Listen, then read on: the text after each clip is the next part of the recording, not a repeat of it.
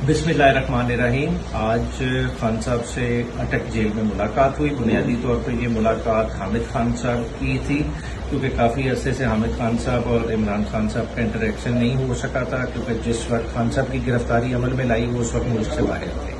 तो ये मुलाकात तकरीबन 40 से 45 मिनट पर मुहित रही, जिस पे डिफरेंट इशूज़ पे बात हुई। लीगल केसेस से लेके लॉयर्स मूवमेंट के हवाले से इन तमाम एरियाज़ पे बातचीत हुई।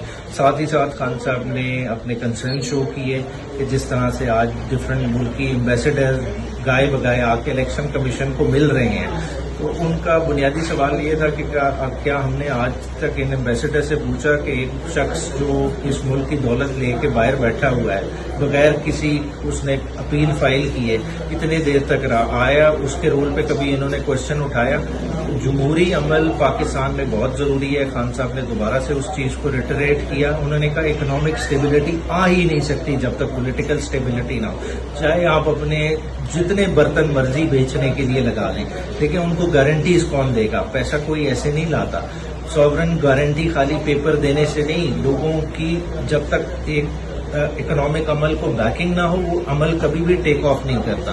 तो इन चीज़ों पे खान साहब से मुफस्सिल बात हुई। खान साहब को उनके साइफर केस के हवाले से भी बताया था कि उस वक्त तक जजमेंट रिजर्व थी। तो खान साहब को केस की बॉदरेशन नहीं थी, क्योंकि खान साहब को पता है कि ये पॉलिटिकल विक्टिमाइजेशन का अमल है और ये इसी इंटेंशन से किया जा रहा है कि मैक्सिमम पीरियड उन्हें सियासत के अमल से बाहर रखा जाए ताकि इस मुल्क में कोई इलेक्शन की डिमांड ना करे।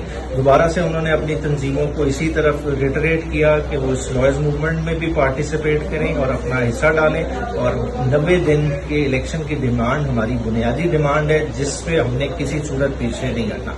साथ ही साथ उन्होंने 9 मई का दोबारा हवाला देते हुए कहा कि जिस तरह से ये लोगों को टॉर्चर कर रहे हैं और एक अप्रूवर बनाने का सिलसिला चल रहा है, तो ये कोई लीगली तो अमर माने रखता ही नहीं, मगर फिर से क्योंकि हमारा दामन साफ है, हम दोबारा से जुडिशल इंक्वायरी इस पर मांगते हैं कि इस चीज़ को फुली इंक्वायर होना चाहिए। साथ साथ उस दिन की फुटेजेस सामने आनी चाहिए। ये चीज़ें चेक करनी चाहिए कि वो फुटेजेस किन्होंने गायब की, वो क्यों गई, आखिर इतने संगीन किस्म के इल्जामात लगाए हैं, उन इल्जामात को बैक भी किसी तरह से करना है। तो इन सारी चीज़ों पे बात हुई।